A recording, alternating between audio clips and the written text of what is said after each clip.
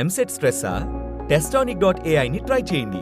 Free mock test, custom test, AI insights మరియు performance tracking కూడా. Register now. సాధారణంగా రాజకీయాల్లో రెండే పాత్రలు ఉంటాయి, అయితే అధికార పార్టీ లేకపోతే ప్రతిపక్ష పార్టీ.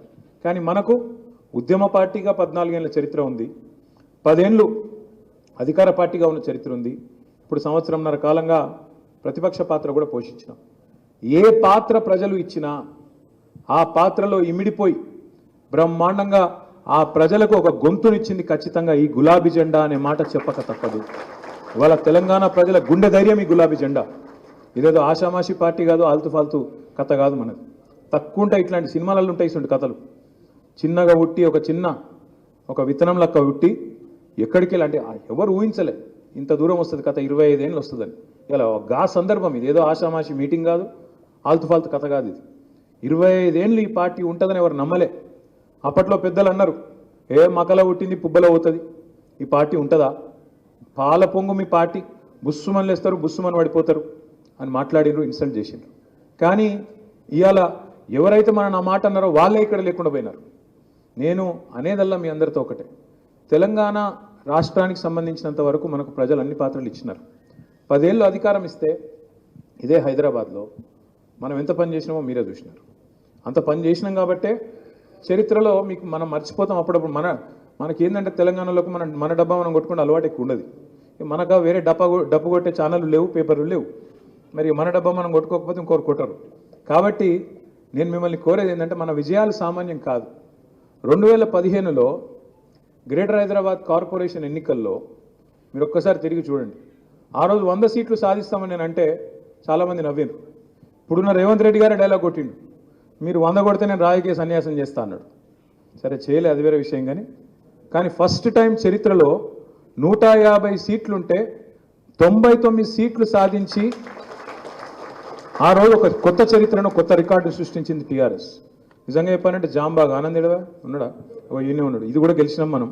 సరే దానికి పేరే కథ ఉంది, కానీ కూర్చో 5 ఓట్లతో నువ్వు అది కూడా వాళ్ళు బతిమలాడితే విడిచిపెట్టినావు, ఆయనతో అయింది. లేకపోతే సెంచరీ కొట్టినట్టే జరిగింది అది. తర్వాత 2018 ఎలక్షన్స్ వచ్చినాయి, అసెంబ్లీ ఎన్నికలు వచ్చినాయి. అసెంబ్లీ ఎన్నికల్లో కూడా ఏం విజయం అది. మనకు హైదరాబాద్లో స్వీప్ చేసినాం, మళ్ళా 18లో, మళ్ళీ 20లో మళ్ళీ GHMC వచ్చింది, మళ్ళీ గెలిచినాం, సొంతంగానే గెలిచినాం. ఎవరి అవసరం లేకుండానే, ఎవరి మద్దతు లేకుండానే మళ్ళా గెలిచినాం. ఏ పార్టీకి రికార్డు లేదు. 2 సార్లు కార్పొరేషన్ స్వీప్ చేసిన పరిస్థితి లేదు. 18లో అఖండమైన మెజారిటీ, 23లో నిజంగా చెప్పాలంటే ఒక ఆశ్చర్యం అది నాకు కూడా. ORR లోపల మొత్తం గులాబీ జెండానే ఎగిరింది, ఒక్క సీటు కూడా కాంగ్రెస్కు రాలే ORR లోపల. ఏమున్న వాళ్ళ డ్రామాలు, వాళ్ళ మాయమాటలు అంతా బయటనే నడిచినాయి. హైదరాబాద్లో మీరు కొద్దిగా తేజ్ కాబట్టి నమ్మలే, కాంగ్రెస్ దొంగలు వీళ్ళని చెప్పి నమ్మలే మీరు. అదే బయట మోసం జరిగింది. పాపం రైతులు, మరి పెన్షనర్లు, పిల్లలు మోసపోయినారు. అరిచేతుల స్వర్గం చూపెట్టి అట్లా చేస్తాం ఇట్లా చేస్తాం అని చెప్పి కథలు చెప్తే పాపం నిజంగా వాళ్ళ తప్పు కాదు, మనమే చెప్పుకుంటూ ఫెయిల్ అయినాం. హైదరాబాద్లో ఫెయిల్ కాలే, మనం సూపర్ హిట్ అయినాం. హైదరాబాద్లో కాంగ్రెస్కి ఒక్క సీటు రాలే, అడ్డిమారి గుడ్డి దెబ్బల గోషామాయలు బీజేపీకి వచ్చింది. అది అమ్మతో చెప్తున్న అడ్డిమారి గుడ్డి దెబ్బనేది. అక్కడ మనం క్యాండిడేట్ పెట్టినాం, ఒక ఆయన దొంగెళ్ళిండు, ఆఖరికి పారిపోయిండు. కాబట్టి పోయింది. కానీ లేకపోతే మీరు చెప్పినట్టు ఇంటే ఆ రోజు బరాబర్ గోషామాలు కూడా కొట్టి కాంగ్రెస్కు బీజేపీకి స్థానమే లేదు హైదరాబాద్లో అనేంత కథ వాస్తవంగా ఉండే. దురదృష్టం, ఒక సీటు అటు పోయింది. తర్వాత ఉప ఎన్నిక వస్తే కంటోన్మెంట్లో ఓడిపోయింది. ఇదంతా మీకు ఎందుకు చెప్తున్నా అంటే, 2023 డిసెంబర్ నాటికి ఈ రోజుకు, ఇప్పుడు మల్లారెడ్డి సాబ్ చెప్పింది ఉత్తగానే చెప్పలే. ఆయన చమత్కారంగా మాట్లాడతాడు, మల్లన్న నవ్వించినందుకు అప్పుడప్పుడు చెప్తాడు. కానీ మనిషి లోతైన మనిషి కాబట్టి గంత పెద్ద ఎత్తున వ్యాపారాలు చేయడు, గంత పెద్ద ఎత్తున కథ చేయడు. ఆయన చాలా లోతైన మనిషి, అట్లా నవ్వుతా ఉంటాడు, కానీ చాలా లోతైన మనిషి. ఆయన ఒక గొప్ప మాట చెప్పిండు, ఈ 16-17 నెలల్లో మన పరిస్థితి ఇంకా మెరుగైంది, అవతల పరిస్థితి అధ్వానమైంది. ఒక్కటి కాదు, ఎన్ని ఘాతకాలు. హైడ్రా పేరు మీద అరాచకం. రేవంత్ రెడ్డి గారు అన్న ఇల్లేమో కూలది, పైసలున్నోని ఎవ్వనిల్లు కూలది. బాగా ధనవంతులైతే ఎవ్వనిల్లు ముట్టుకోరు, కానీ గరీబ్ గారు మెట్టుగూడల రోడ్డు మీద దుకాణాలు పెట్టుకుంటే వాణిగులు కొడతారు. హాకర్స్ వాళ్ళు ఏంది పాపం, రోజు తోపుడు పనులు వాళ్ళను సికింద్రాబాద్లో, సనత్ నగర్లో, జూబ్లీ హిల్స్లో ఏడబడతాడు గుంజుడు కొట్టుడు గుద్దుడు. పేదవాడు ఏం చేస్తాడు? గుంజవతల వాడేస్తారు. నాచారంలో నేను చూసిన ఒక చెప్పుల దుకాణం గుంజి పారేసిండ్రు. కూకట్పల్లిలో ఆఖరికి బుచ్చమ్మ అని ఒక లేడీ హైడ్రా వచ్చిన ఇల్లు కూడా కొడుతుందని చెప్పి గుండాకి చచ్చిపోయింది భయంతో. నేను కృష్ణారావు గారు పోయినాం. ఇట్లా ఈ హైడ్రా అరాచకం వల్ల ఇవాళ హైదరాబాద్లోని మధ్యతరగతి ప్రజలు, దిగువ మధ్యతరగతి ప్రజలు, ఎందుకంటే బలిసిన వాళ్ళకి ఏం కాదు, ఎప్పుడు వాళ్ళు మంచిగానే ఉంటారు.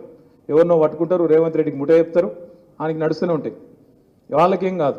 కానీ ఎవరైతే పేదవాళ్ళు బక్క చిక్కిన వాళ్ళు ఉన్నారో కోర్టు ఆర్డర్లు ఉంటే కూడా, కోర్టు చెప్తే కూడా సండే సాటర్డే చేయొద్దా అని చెప్తే కూడా తెగించి ఇష్టం వచ్చినట్టు హైడ్రా పేరిట అరాచకం.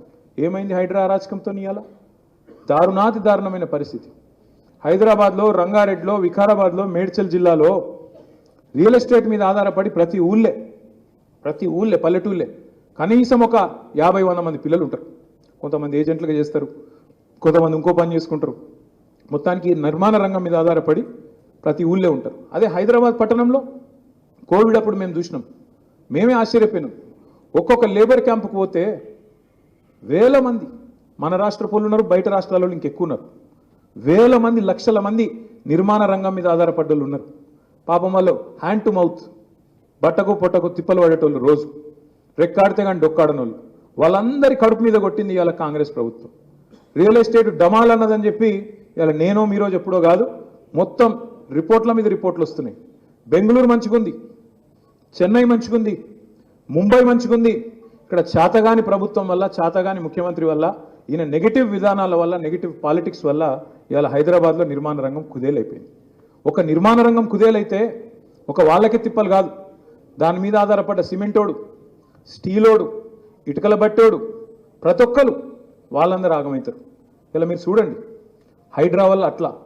ఇక మూసి 6 గ్యారంటీలు అంటాడు, 100 రోజులు అన్నాడు, ఇన్ని కథలు చెప్పిండ్రు. మొత్తం 420 హామీల list, SC declaration, ST declaration, BC declaration, యువత డిక్లరేషను, రైతు డిక్లరేషన్, ఇన్ని చెప్పిండ్రు. చెప్పి వాటికి వేటికి పైసలు లేవట, వాటికేమో లంక బిందెలు దొరుకుతలేవంట. కానీ మూసీకి మాత్రం పైసలు ఉంటాయంట. అవి కూడా ఎన్ని? 1,50,000 కోట్లు పెట్టి మూసీ కడతా అంటాడు రేవంత్ రెడ్డి గారు. ఎందుకయ్యా మూసీతో మురిసే రైతులు ఎంతమంది, మూసీతో వచ్చే ఉద్యోగాలు ఎన్ని, ఇది అడిగితే సమాధానం చెప్పాడు. మూసి ఏం చేస్తావు? మూసి మేమే కట్టినాం కదా ఎస్టీపీలు మొత్తం, నువ్వేం చేస్తావు? కేవలం గోదావరి నీళ్లు తీసుకొచ్చి గండిపేటలో వస్తే మంచిగా కిందికి దబాయించి ఇయ్యొచ్చు కదా, మంచి స్వచ్ఛమైన నీళ్లు, ఎందుకు ఆగం చేస్తున్నావు, ఎందుకు ఇన్ని బతుకులను ఆగం చేస్తున్నావు, ఇల్లు గుల్ల కొడుతున్నావు అంటే సమాధానం రాదు. వాళ్ళందరూ ఏడుస్తుంటే, బూతులు తిడుతుంటే వాళ్ళ మీద కేసులు పెడతారు. కడుపు మండినోడు బూతులు తిట్టక ఏం చేస్తారు? మరి మనం తిడుతున్నామా?